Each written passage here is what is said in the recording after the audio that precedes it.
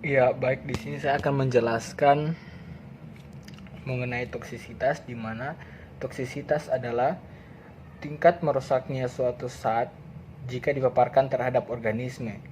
Toksisitas dapat mengacu pada dampak terhadap seluruh organisme seperti hewan, bakteri, atau tumbuhan, dan efek terhadap substruktur organisme seperti sel atau organ tubuh seperti hati. Secara metafora, kata ini bisa dipakai untuk menjelaskan dampak beracun pada kelompok yang lebih besar atau rumit, seperti keluarga atau masyarakat. Konsep utama toksikologi adalah bahwa dampaknya bersifat tergantung pada dosis. Air saja bisa mengakibatkan keracunan. Air jika dikonsumsi terlalu banyak, sementara zat yang sangat beracun seperti bisa ular memiliki titik rendah tertentu untuk yang bersifat tidak beracun. Pada percobaan ini dilaksanakan uji toksisitas, di mana uji toksisitas terbagi menjadi 3. Yang pertama, uji toksisitas akut. Suatu pengujian untuk mendeteksi efek toksik yang muncul dalam waktu yang singkat setelah pemberian zat uji dalam dosis tunggal atau dosis berulang yang diberikan dalam jangka waktu 24 jam. Yang kedua, uji toksisitas subkronis. Suatu pengujian untuk mendeteksi efek toksik yang muncul setelah pemberian zat dengan dosis berulang pada hewan uji selama sebagian umur hewan, tetapi tidak lebih dari 10% seluruh umur hewan. Uji toksisitas kronis. Suatu pengujian untuk mendeteksi efek toksik yang muncul setelah pemberian zat uji secara berulang sampai umur hewan. Sesuai dengan judul percobaan, kita melaksanakan uji toksisitas akut, di mana prinsip dari uji toksisitas ini yaitu saat uji dalam beberapa tingkat dosis diberikan pada beberapa kelompok hewan uji. 1 dosis per kelompok. Selanjutnya dilanjutkan pengamatan terhadap adanya efek toksik dan kematian.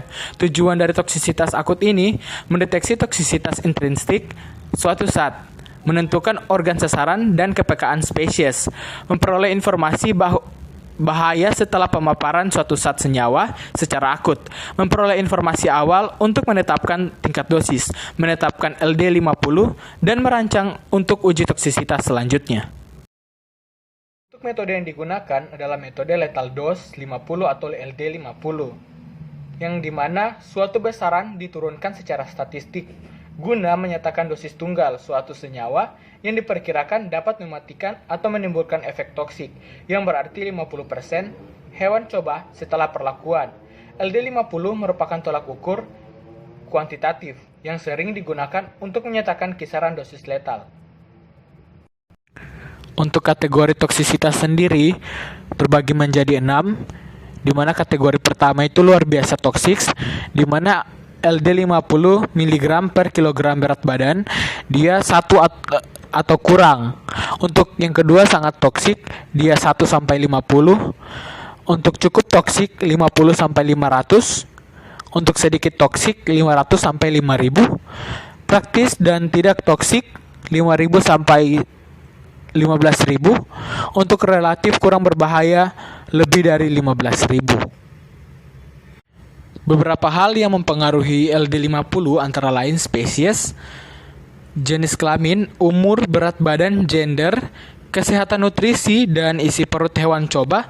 Teknis pemberian juga mempengaruhi hasil, yaitu meliputi waktu pemberian, suhu lingkungan, kelembapan, dan sirkulasi udara.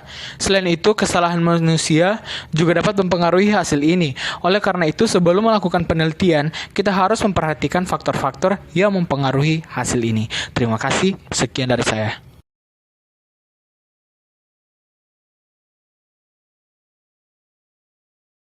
Assalamualaikum warahmatullahi wabarakatuh. Nama saya Nurani Kontrogia Ridwan Putri, Stambuk G701-18134. Di sini saya akan menjelaskan mengenai prosedur kerja uji toksisitas akut. Yang pertama, hewan uji diaklimatisasi dalam ruangan percobaan kurang lebih 7 hari, kelompokkan secara acak.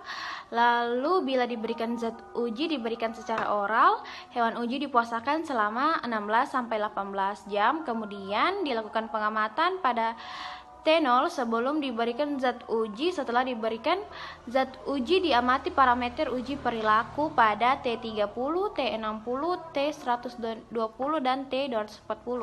Amati selama 14 hari dan tiap hari ditimbang. Setelah 14 hari dipuasakan, kemudian dibedah dan ditimbang organnya. Demikian penjelasan mengenai prosedur kerja percobaan 8, prosedur kerja uji toksisitas akut. Terima kasih. Assalamualaikum warahmatullahi wabarakatuh. Perkenalkan, nama saya Putri Ayuningsi, Stambuk G701-18100. Jadi di sini kita memakai sampel tanaman pepolo atau Bischofia japonica Bloom. Tanaman pepolo merupakan obat tradisional yang telah banyak dipakai oleh masyarakat.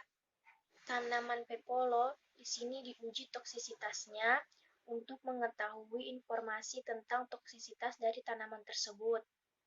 Ada beberapa khasiat dari tanaman pepolo.